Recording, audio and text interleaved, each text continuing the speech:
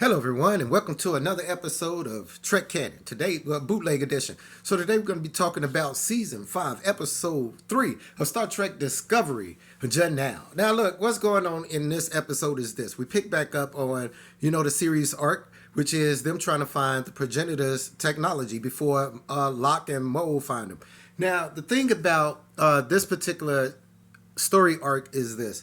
I understand, revisiting the Next Generations, the Chase episode with the progenitors trying to find their technology, which apparently is able to restructure, create, evolve life. Okay. Now, one of the breadcrumbs, because this is going to be one of those breadcrumb, follow the clues, follow the clues. Basically, a series long, a season long version of the chase. All right, follow the clues, follow the clues. All right. Now the thing is this: we end up on Trill. Now I love the way that they did Trill. I love the maturation chambers. I ain't gonna call them maturation chambers, but where the symbiotes hang out, those pools. It's a vast upgrade from how they were shown in Deep Space Nine, which is where we dove in a lot into the Trill mythology through Jadzia. All right. And Ezri. Now the thing about this episode is, okay, well, hey, we know these people coming. When I say these people, we talking about the crew of Discovery. We know Starfleet's coming. We know that they're gonna want to talk to this one particular symbiote who's been waiting on somebody, man, just waiting on somebody to come and find these clues and everything. Is this older lady, man? And the thing about it is, we get to go into that whole I forget what the ritual is called, but again, it was one of the things explored in Deep Space Nine where Jadzia took out all of her all of the memories of the past hosts that she had, and she put them into her crewmates. I love Odo being Curzon. Now the thing about that, that's beautiful. That is canon. That's the way it's supposed to be. And I'm not talking about that. That was awesome. The person that they needed to talk to ended up taking taking over the body of the doctor, right? And they ended up making a statement in there talking about when the doctor got done with all this, they ended up making a statement that, basically they don't really have any experience as, in Starfleet with dealing with personality transfers. And I'm like, what? I could name like 4 episodes off the bat where they was dealing with personality transfers. 3 of them is in the original series. Y'all remember Kirk got his body swapped out with that one lady? Man, look, they got all kind of experience. Hell, remember what was it, the Metrons? I don't think it was the Metrons. I think it was the Metrons. Anyway, those little ball spheres and everything, and they needed Kirk, Spock, and Dr. Pulaski's body it wasn't Dr. Pulaski at the time, but needed their bodies to make themselves androids. So there's a lot of situations just in the original series, not to mention all the other episodes of this happening. So I wasn't really sure about what they was talking about with that. But we have the side storyline, of course, with Saru, who's now an ambassador. He's working for the Vulcan president, and it's this one situation in it. And first of all, I always talk about how did Sarek, express his love or his Vulcan love for Spock's wife. I mean, for Spock's mom. And it was always done delicately. Okay, well, I have these expressions, but they're not necessarily shown, because we know Vulcans are extremely emotional people. It's just that over the thousands of years, they've developed practices, rituals, and actual brain genetics changes that help them deal with that kind of stuff. All right, so they learn how to kind of put that stuff on. Anyway, but I like how they're handling the relationship between Saru and her, and I really like how the president's attaché or whatever came up to Saru and was like, yo, man, I had talked to the president, man. She didn't basically want to hear it. I think because of the influence you're having on her, so I appreciate you talking to her. And I like her response to Saru talking to her, like, hey, and I also like how she accepted the apology of Saru when he did come to apologize, say, hey, I kind of overstepped my bounds. That wasn't the place that I was supposed to have, and I love that interaction. It was a very mature writing, in which I found interesting coming from Discovery. Now, one of the other things that I liked is what I was talking about. The doctor got his body taken over by this particular symbiote Trill symbiote that existed 800 years ago. And I was hoping that it wouldn't be Dax because it's a whole lot of symbiotes, man. Like, but on the same tip, I was kind of hoping it would be Dax, man. It would be kind of cool to throw those Easter eggs in it. But good thing it wasn't Dax. Anyway, we go out onto the surface of Trill, which is a very rare thing. I think the only other time they did that was in Lower Decks. But anyway, we go out into Trill and everything, and come to find out that they have things that's worse than Vulcan pet sealers, man. They got camouflage, reflective, gigantic things that shoot light tentacle spike barbs out their mouth, all right? Anyway, the doctor, because he hid the clue before, he was part of a team that was designated by Starfleet to go and find this progenitor technology. Anyway, they ended up finding it and kind of find out, hey, man, look, this is way too much power to have in any group's hands. We're going to basically break it apart, hide everything. And the reason we didn't just totally destroy it is because we are hoping that that a race that's worthy or some people that's worthy will find it. All right. Oh, okay. Yeah. Okay. Groovy. Yeah. Whatever. Anyway, so I love the personality that Trill had. You know, being old. You know, having not had a body. He was real fascinated with the condition of the doctor and the stars and just walking and all that kind of stuff. But the thing is, he was real cool with how he was testing them to see what type of individuals they were, to see what type of Starfleet officers they were. And that brings me back to these particular beasts that run around on Trill. And I was thinking to myself, why would you have some things running around on Trill that's like this, like it's an alpha predator? Usually alpha predators that have a tendency to want to mess up the intelligent life on the planet, it's been shown that those things don't last too long. You know what I mean? They kind of last too long. Anyway, so I was wondering, I wonder why the Trill let these things, which are obviously angry, not the happiest people, run around on their planet. And eventually we come to find out that they're not, in book, I like the fact that they go back into the fact that he has an empathic attachment to animals, to creatures. He can straight up mind meld with them. Anyway, come to find out that wasn't working. They was pissed off. They wasn't trying to hear none of that. But the doctor told him, hey, man, that's what a clue is. It's under that rock. You guys, it's a cavern down there. You guys need to go.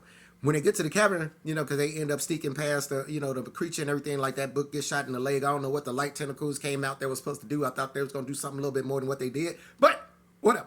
So anyway, kind of find out, man, the doctor then led him on a wild goose chase, man, a red herring. When herrings aren't red, I love that. Anyway, but like they said, it was the point. But come find out that's not what it is, man. And now they like, okay, how we going to get past these things? The only thing we can do is use our phasers, like the doctor say, hey, man, these things coming out, and you might want to get your phasers ready. And kind of find out, man, that Burnham notices that they're protecting eggs. And the first thing I thought was, hey, man, did somebody watch the episode Devil in the Dark from the original series? Because it's basically what they did with the Horta, the miners and Starfleet came down there thinking that the Horta was just straight killing miners because it was a ferocious and territorial and evil being, but it was protecting its eggs, which was what the miners was killing. Anyway, it's besides the point. But anyway, they end up seeing the eggs. Come to find out that these two life forms are protecting their nest. So how can we kill them? So she's basically Burnham basically like, look. I'm going to go out here. I'm going to take a chance. I'm going to put my phaser away, and I'm going to try to be submissive to let them know, hey, we're no threat to you. We're no threat to your babies. We understand. When we could really just straight up kill y'all, we're not going to do that because we're Starfleet, man. It's Starfleet principles. And she asked Book, hey, one more time, just let them know that we're sorry about intruding on their territory, man. We see their eggs. We finna get up out of here. We'll just have to come back for this particular clue. So, they like, all right, it works, and they on their way. And, they walk away, and they find the doctor smiling on the bench because he was basically like, hey, listen, if y'all had killed them, then I wouldn't have gave y'all nothing, because basically it shows that you guys, even after 800 years, haven't progressed, haven't went past the sum of your parts.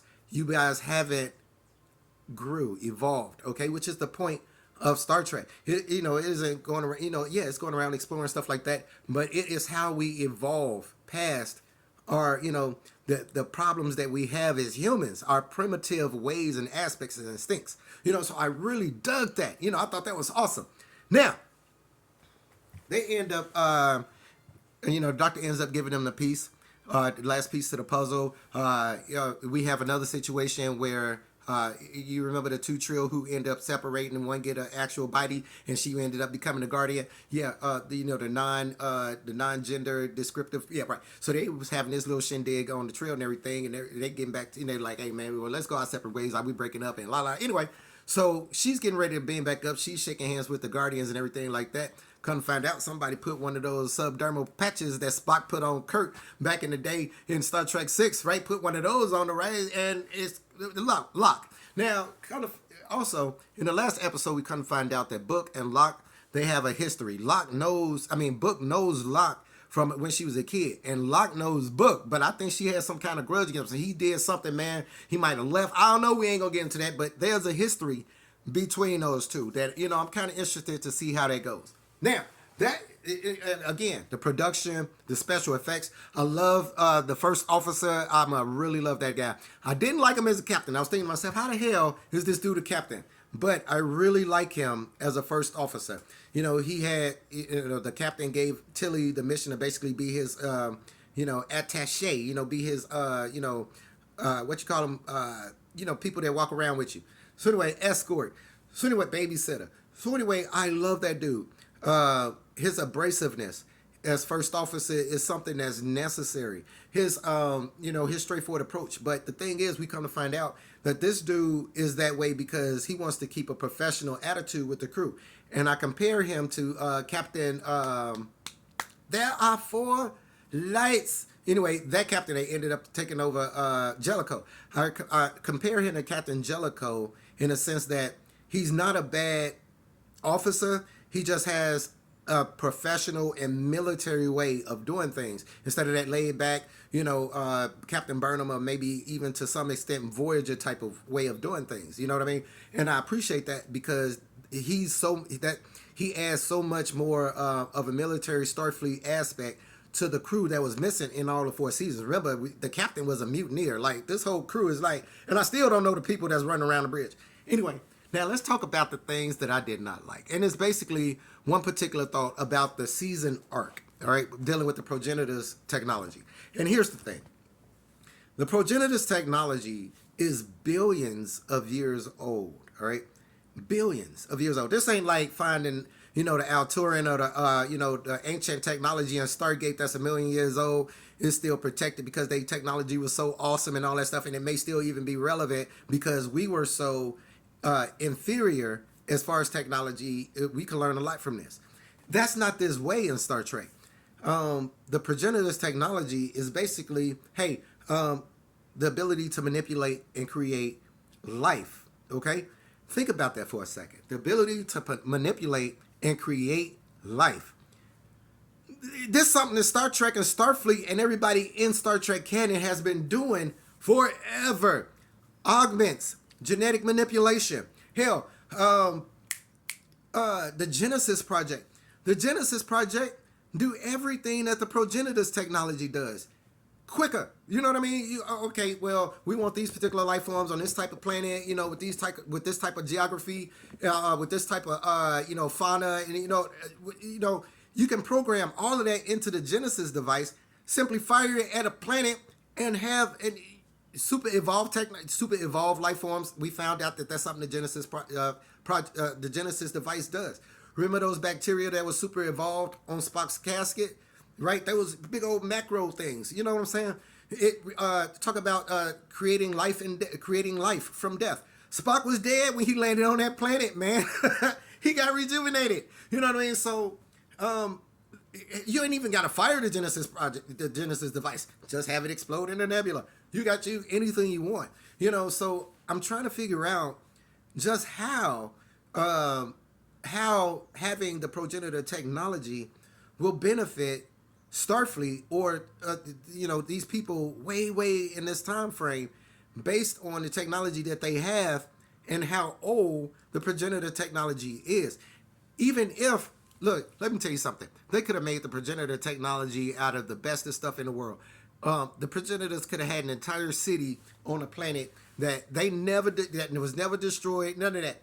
After a billions of years, you mean to tell me that you're going to find any trace, geological instability on the planet, geological movement, asteroid and comet catastrophes, just straight up soil upheaval, degradation of the materials that you use, like all of these things over their civilization and technology and any trace of them will be dust in the chase. The only reason they knew anything of this was because the clues were hidden in our DNA. You know what I mean? Like, it was something that was carried over all of this time in all humanoid DNA, right? So it still exists.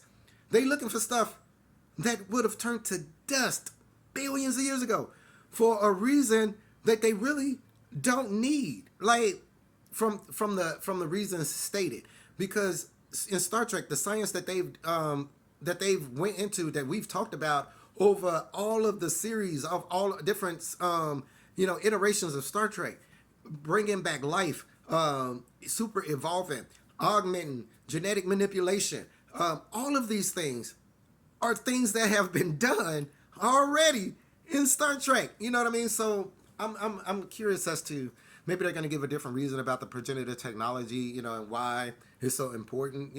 Maybe it's just, hey, we just want to keep it out the hands of the wrong people. Okay, all right, that's fine. But you as an engineer dude, talking about somebody else going to make the spore drive technology, is obsolete. Look. First of all, spore drive technology is obsolete anyway. And I know for a fact when Janeway found out about this spore drive technology shit that was a few hundred years prior to her being stuck 70,000 light years in the Delta Quadrant, did nobody tell her? Look. Anyway, thank you guys for watching this bootleg episode. Please leave your comments. Please ring the bell for any future content. And as always, peace, recycle, and say the whales. You guys be cool.